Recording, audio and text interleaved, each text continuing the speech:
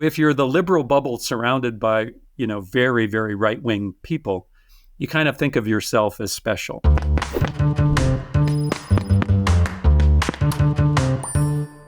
The transgender movement and its ideology, it's anti-feminist, and it's also intellectually incoherent. I've been denounced more times than I can count, but I've never had anyone actually engage my argument.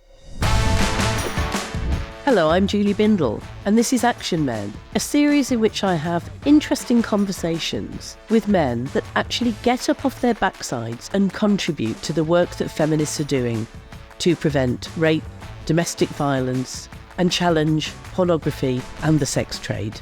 Today, I'm going to talk with Robert Jensen, Bob, and I first met Bob in 2006 at an anti-pornography conference organised by a mutual feminist friend in Boston, where Bob was speaking about pornography, its harms to women, and how men has an obligation to recognise the sexual exploitation inherent in pornography and to stop consuming it.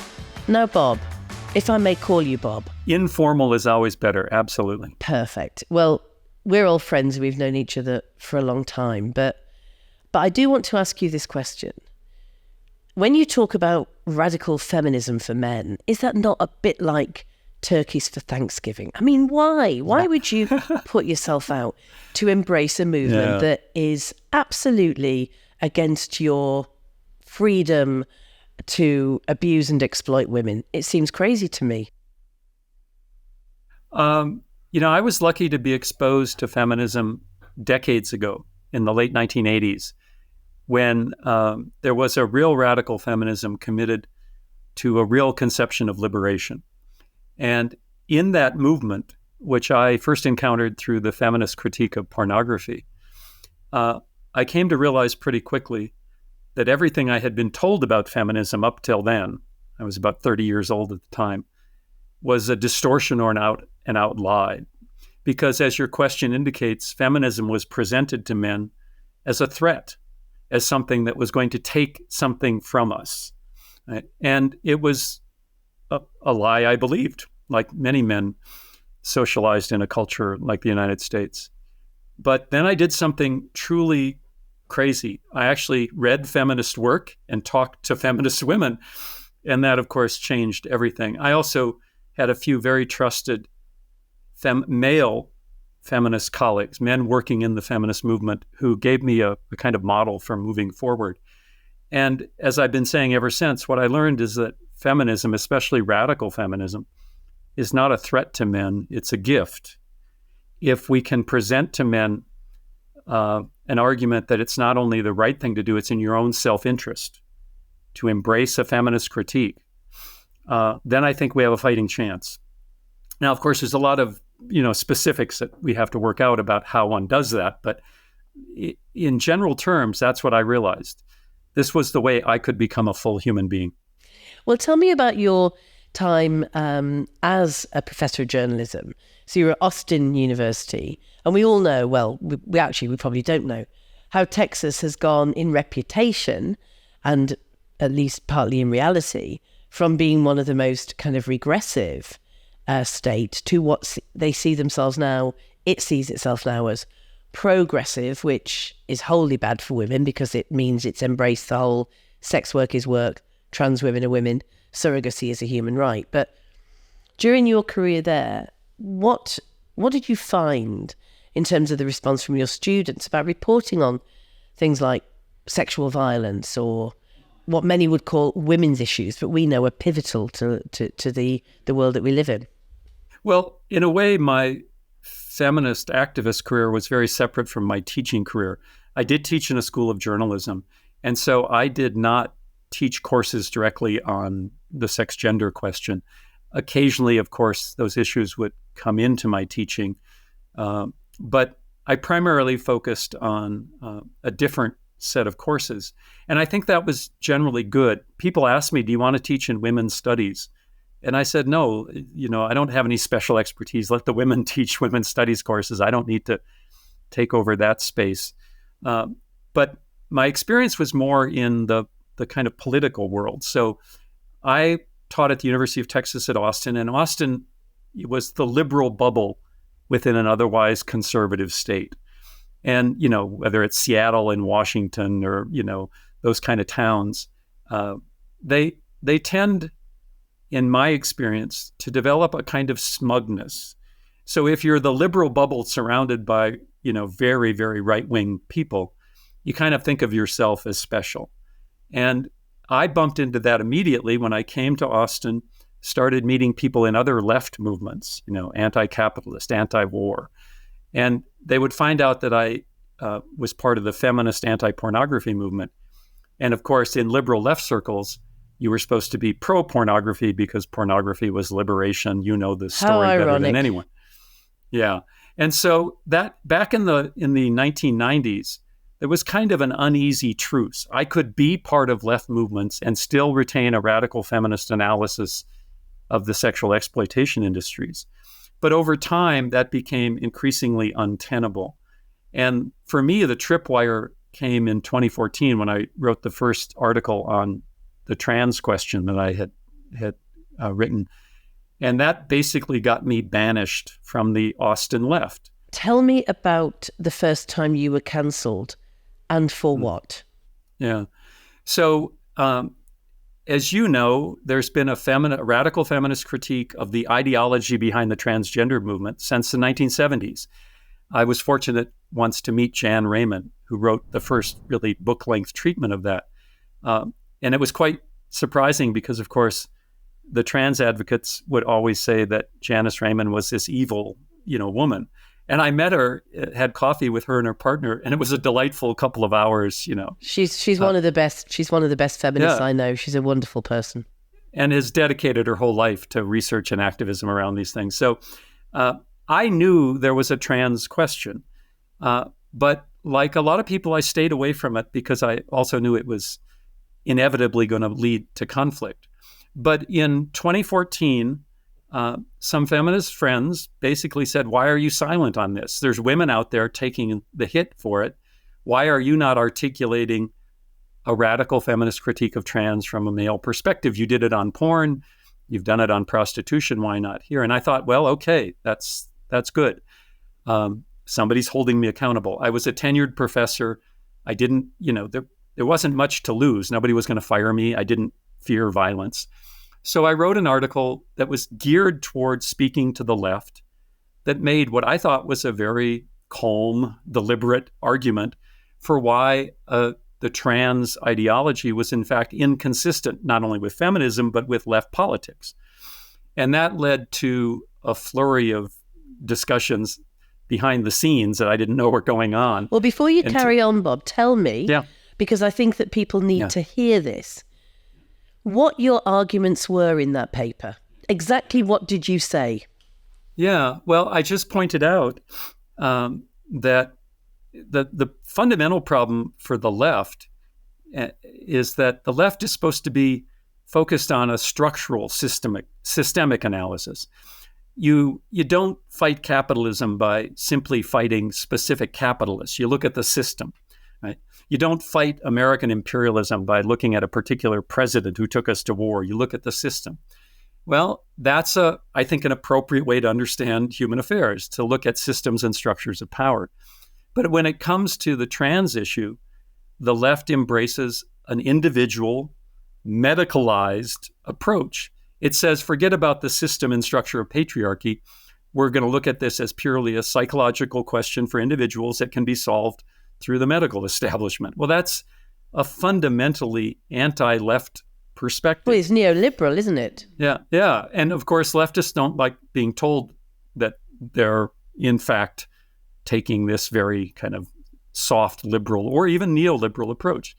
And I think that's what angered a lot of people. I've been trying to hone that argument in a way that I could present to ordinary people, not just in intellectual circles. And in my most recent writing, the way I'm summarizing it is the transgender movement, and this is not an attack on anyone who has gender dysphoria or is struggling with identity, but the transgender movement and its ideology, it's anti-feminist, it's inconsistent with an ecological worldview, and it's also intellectually incoherent. And what I mean by that is not an insult. It's that if you actually read trans literature and try to make sense of it, I find it impossible to do so. There's no consistent definition of what transgender is. There's no even attempt to understand the etiology or the causes, right? The thing that I find most striking is, at this point, the transgender movement says we are normal. There's nothing pathological about being transgender. But at the same time, it demands access to medical care, including medical care that interferes with normal human development through puberty blockers for children. And so it's both entirely normal, yet a condition that needs medical treatment. Well, it can't be both. That's intellectually incoherent. And when you examine the work in the trans movement, you look at their writing, none of it, frankly, makes any sense. And I don't say that purely intellectually. If you talk to ordinary people and ask them to explain the trans movement, most of them can't, because it doesn't make any sense to them either. Right. Okay. And yet for actually posing a challenge to the left, which we do all the time. I'm on the left. We pose challenges to each other constantly. Should we support surrogacy? Is there such a thing as altruism when it comes to the trade in women's bodies? All of those things we challenge. But we're not actually allowed to challenge anyone on the left about this issue, are we? Which has actually pushed some of my dear, colleagues or friends more to the right, which I'm very, very sad about. What is it about the left that means it's embraced pretty much all of the core issues that face women today and that are bad for or that impede, shall we just say, our liberation? What went wrong? Well, here I would just go back to the original radical feminist insights of the 60s and 70s, which was to say, of all of these systems of oppression we look at in the contemporary world, white supremacy, capitalism, first world imperialism, and patriarchy, if you look at them, the oldest of those systems is patriarchy. It goes back not just hundreds of years, but thousands of years. And the way patriarchy works is so woven into the fabric of everyday life. Right? It's just so essential to the way we are raised to see ourselves as people that, not surprisingly, it's very hard to distance ourselves from it and break with it. And so radical feminism, like any liberation movement, is taking on a tough chore when it says we are going to try to make sense of and then take apart a system that provides power and material gain for certain people. That's not easy in any case, but I think it's particularly hard for feminism because of the way those patriarchal practices, including practices in family and sexuality, are so woven into everyday life. Let me digress briefly, but it'll illustrate this. When I was first learning about the feminist anti-pornography movement and talking to this friend of mine, Jim Coplin, he said, and I was said, why are people so angry at radical feminists for even raising a critique of pornography? And he said, well, it's because it's not just about movies and magazines. Right? That gives you a sense of the time. That's when pornographic magazines were still a big part of the market. He said, because everybody knows when you critique pornography, you're not limiting it to a critique of this one media. You're talking about the way we learn to become sexual, the way our pleasure is experienced. And he said, when you come at people and say, listen, the way you have learned to experience sexual pleasure needs to be rethought, that one's tough. People don't say, oh, okay, great. Let me completely rethink the way I'm a sexual being. That, it's not surprising people don't immediately move to that position. Well, and it also ties into that old cliche, which is about if your principles cost you nothing, then they're not really principles. It's a set of convenient circumstances. Right. And the other thing, which may be impolite to point out, but although there are women in the left, there are female leaders in the left is still primarily a male formation in my political experience. I think more so than ever, certainly in the UK, more so than ever. Yeah. And so if the political left, defined primarily for me in the US as anti-capitalist and anti-imperialist, is dominated by men who have been socialized to experience sexual pleasure through pornography and more generally the subordination of women, it's not surprising they reject that. Now, there's a different question is why has the left embraced the trans ideology with such fervor recently? And here I think there's still more work to be done, but my working hypothesis reflects exactly what you just said. The left knows it needs to be feminist. Right? And one way to demonstrate that you're a feminist is to embrace the trans ideology in the contemporary political landscape. And as you said, it costs men nothing to embrace it. It costs the left nothing to embrace because the injuries that inevitably come from the trans movement are suffered primarily by women.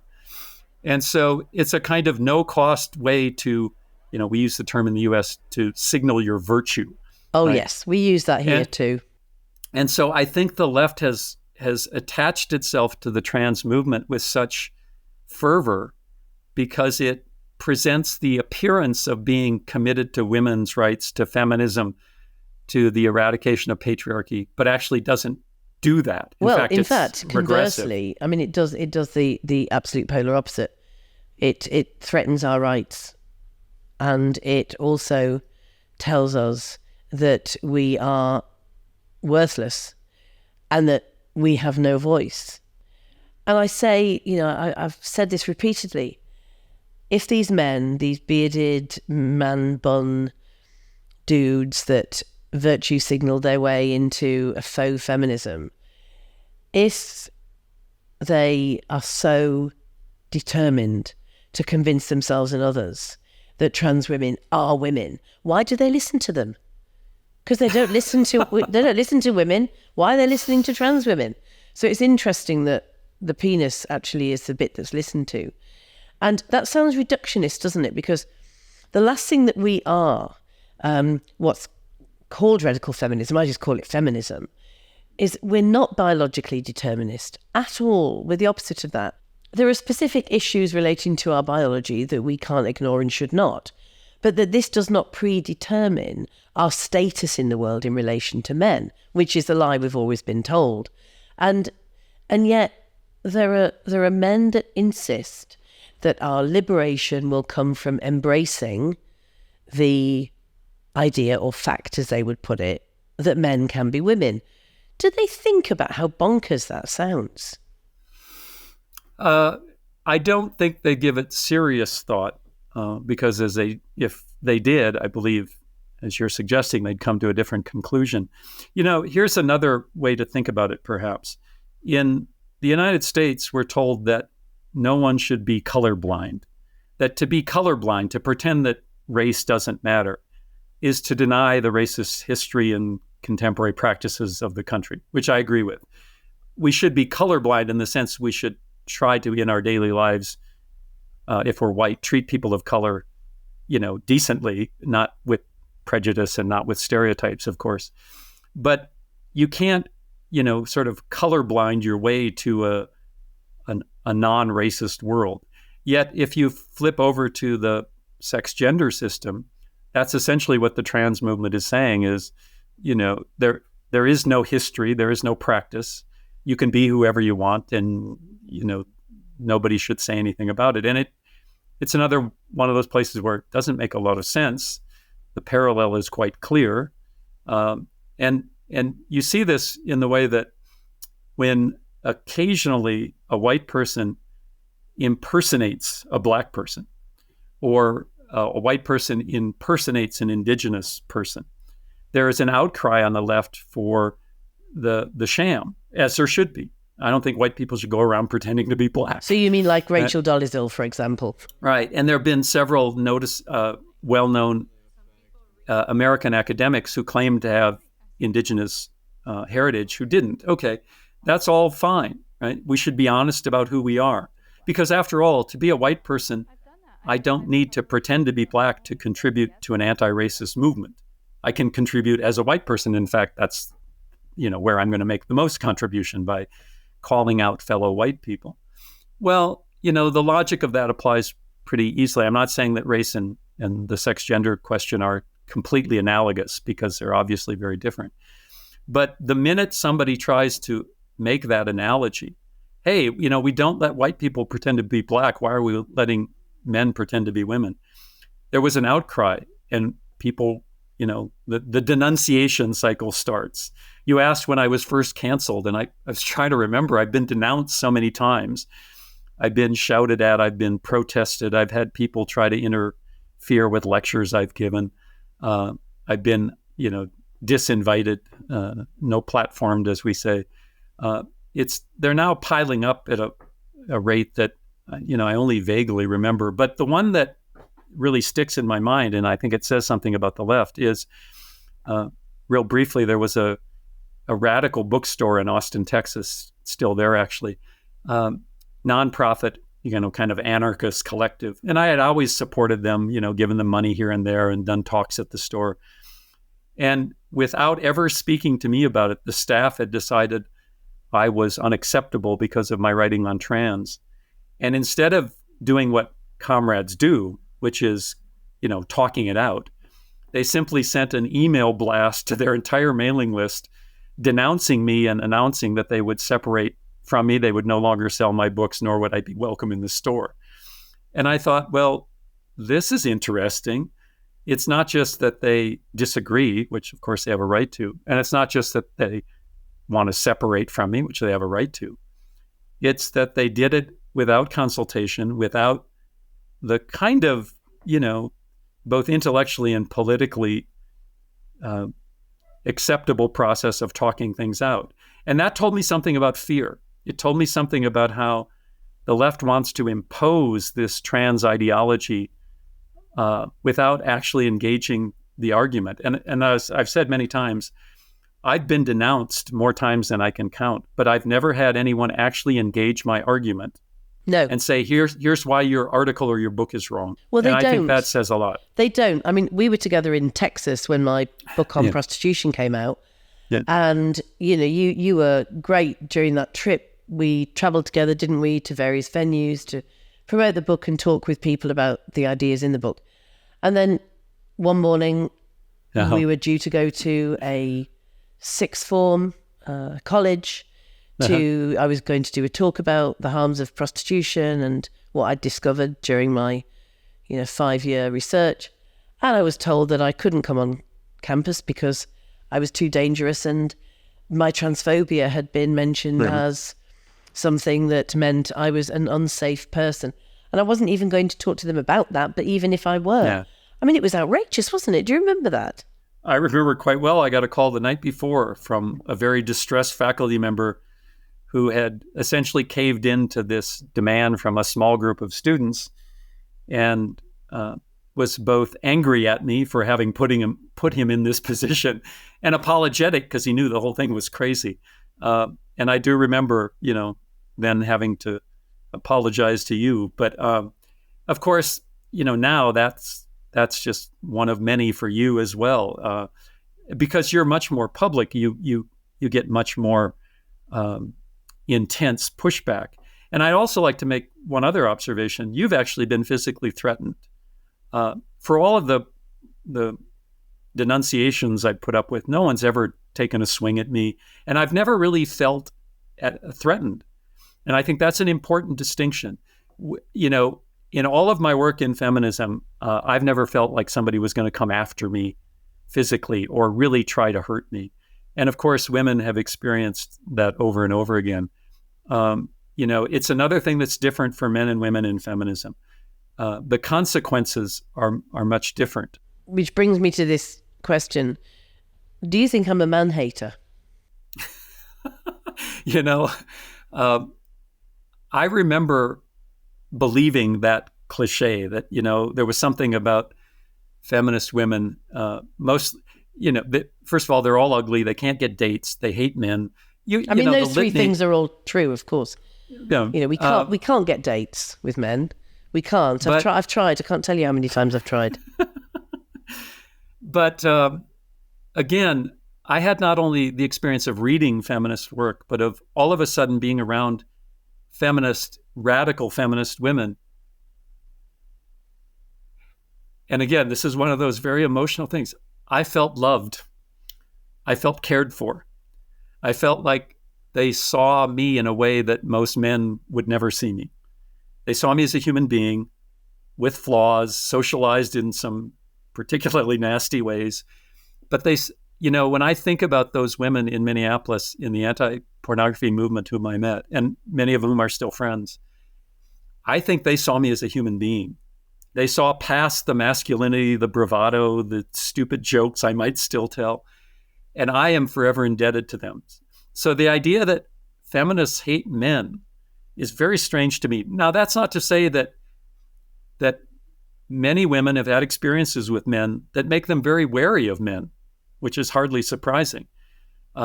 Anyone who has been the victim of domestic violence or has been raped or has been terrorized by men should be wary of men. And so I think that men often mistake the caution women might move forward with in engaging a man with hatred. Because, of course, as men, we're tough, but we have the weakest egos, as you know. We immediately need our egos to be stroked. We immediately need to be told we are, in fact, big, strong, tough, attractive men. And when women don't do that, I mean, I'm sure you could write a whole book on men's angry reactions when you don't treat them the way they think they should be treated. Well, I used to kind of, obviously there's the challenge to that, the way that we're perceived in particular ways. And one of those challenges that I'm always really keen to make is about the man-hater thing. But I just want to caveat that with two things. First of all, I reserve the right to hate individual men and hate bystanders who let terrible things happen to women. And I think that that's a proud tradition, because if we're not angry, then we're not thinking straight. Yeah. But secondly, I think it's really important to emphasize what an optimistic movement feminism is, because we don't think that you are born bad. We don't think that male babies are somehow pre-programmed to hurt or degrade or abuse girls and women. We don't think any of this is inevitable. We believe utterly in redemption, although we accept that some men have to be kept away from women for their natural life if they're particularly dangerous, and some of them, unfortunately, have been given the license to be that dangerous.